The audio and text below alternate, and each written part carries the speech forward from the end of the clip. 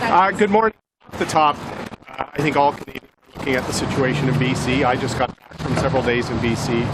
Our thoughts are with the families and communities facing the flooding. It was horrific. I got to see that firsthand. Mes pensées sont avec les familles en Colombie-Britannique avec l'inondation. C'est une situation difficile et triste. Last night, I removed Senator Batters from our National Caucus. Our National Caucus is about to have meetings to prepare for the return of Parliament.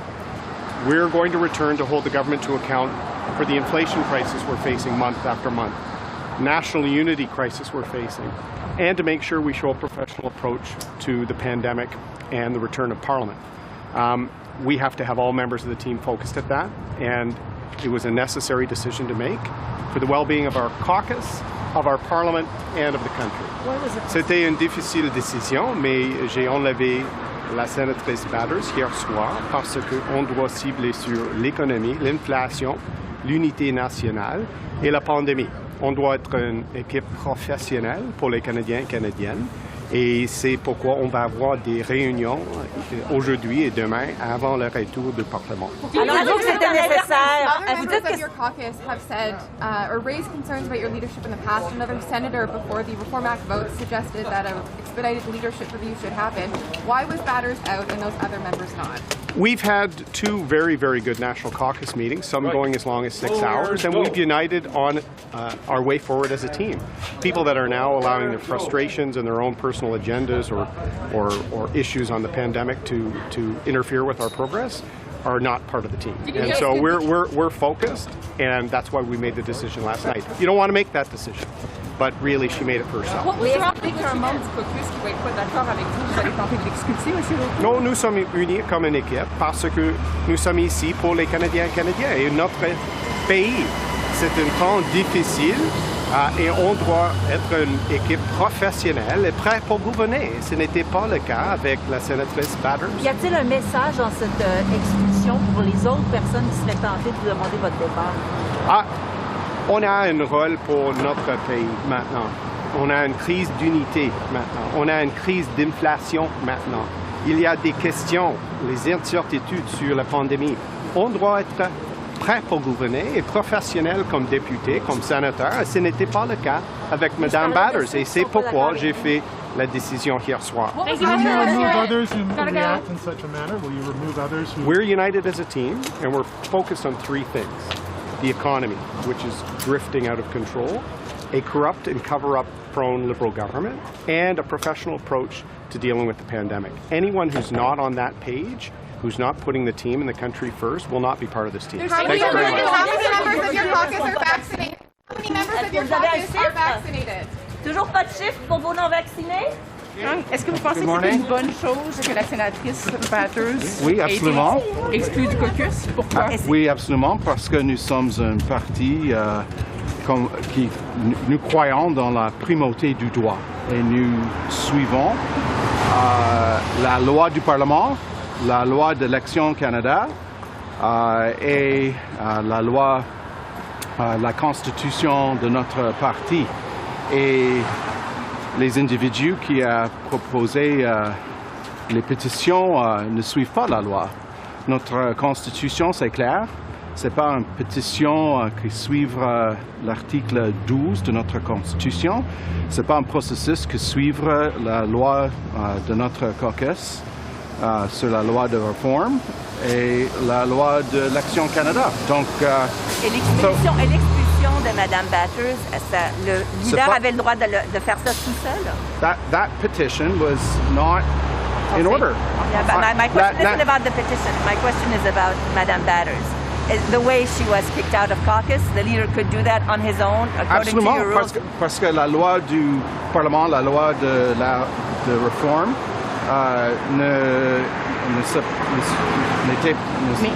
n'est pas une loi pour le Sénat, c'est seulement une loi pour les députés dans la Chambre des communes. Mais est-ce que c'est un bon symbole à envoyer aux autres membres du caucus que si on n'est pas d'accord avec le chef? Ce n'est pas une question de symbole, c'est une question de la loi, la primauté du droit. Look, the Liberals broke the law in 2015. They didn't follow the law of Parliament on caucus and how it's regulated. We do. And what she proposed is something that wasn't consistent with the Parliament of Canada Act, the Canada Elections Act, or the Constitution of our party. The Constitution, Section 12 of our party's Constitution is clear about how petitions are to be initiated. And so we can't abide by members who aren't following the law. And that's the reason why, one of the reasons why the decision was taken, which I fully support. I have to go to caucus. Thank you very much. Good morning. Do you support Erin O'Toole's decision to remove Senator Batters? You know what? The most important question needs to be, why aren't you asking me about Mission Matsqui Fraser Canyon and the devastating flooding that's taking place in Chilliwack Hope, Abbotsford, in the Okanagan and Dan's Riding? I want to thank Minister Blair for meeting with us this morning to discuss the dire situation on the ground. Our constituents, 7,000 people were evacuated in Dan's Riding. All of the major roadways in British Columbia are destroyed. We don't have rail infrastructure right now. Our country is facing an unprecedented situation in the province of BC, and all hands need to be on deck to support the rebuild in British Columbia to keep people safe.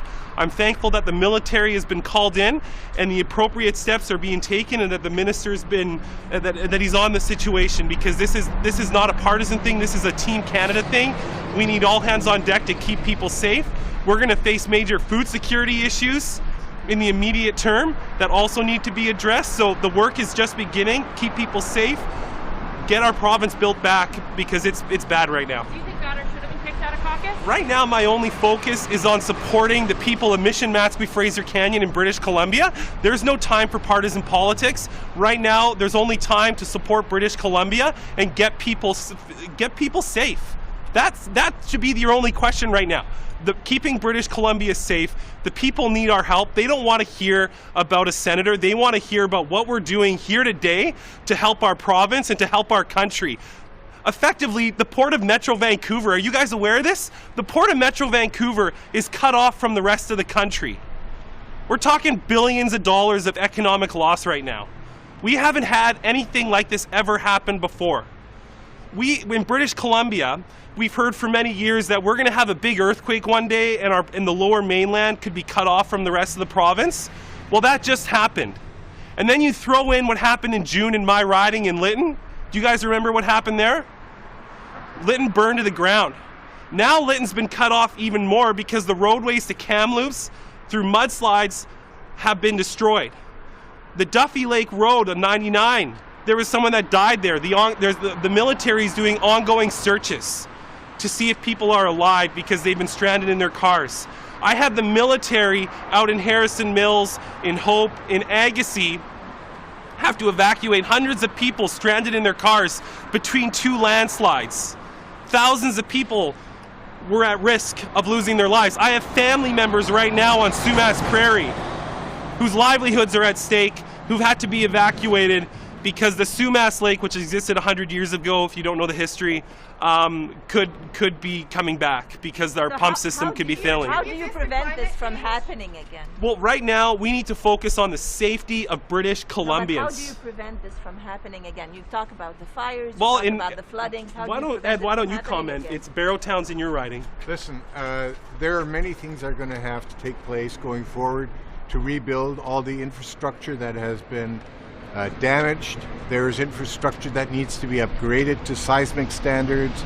There's a lot of work that has to be done going forward. These are long-term fixes that won't be resolved overnight. What we want to do right now is make sure that people are safe.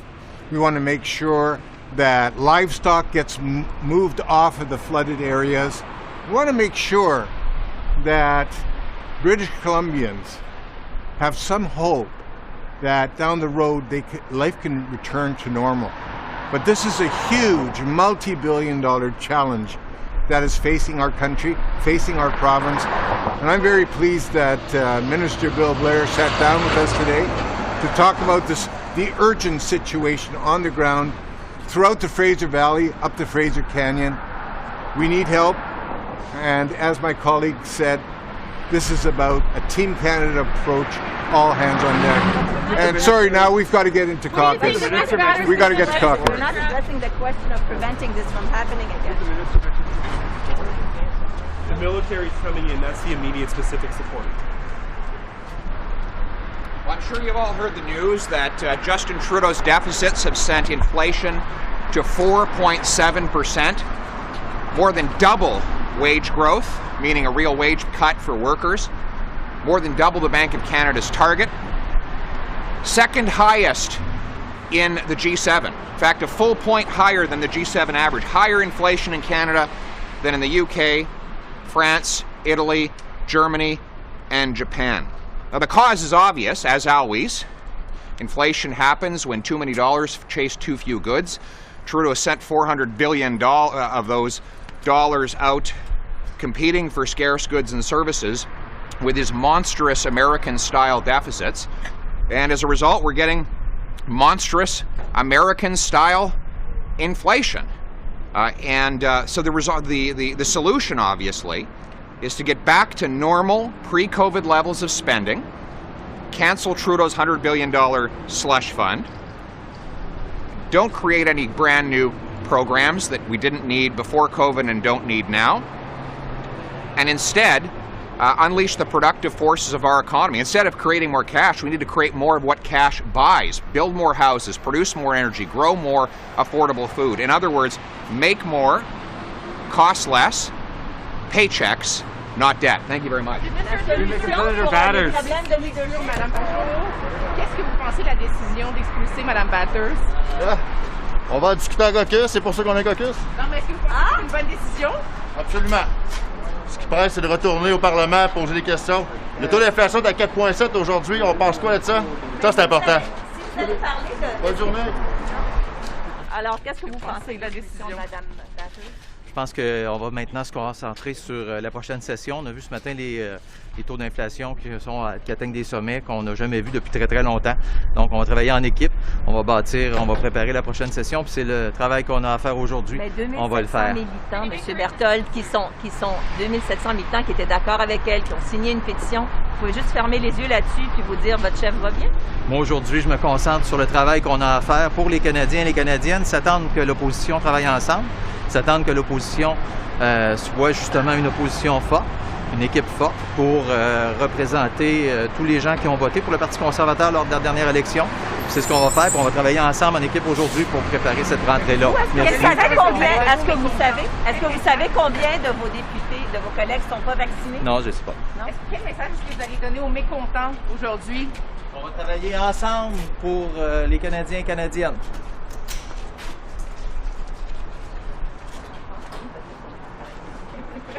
You know, this is a time where we should be rallying around our leader.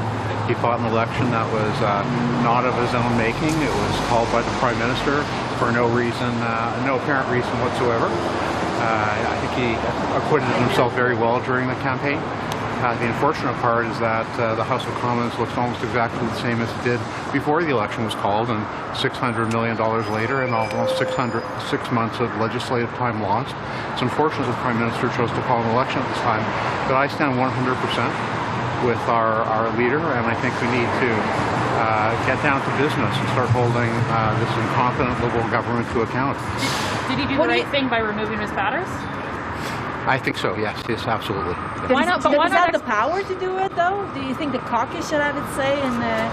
You know what, I'll have to find out how that operates. I think it was likely the leader in the Senate that had the power to do it, but I'm not sure. We'll have to find out.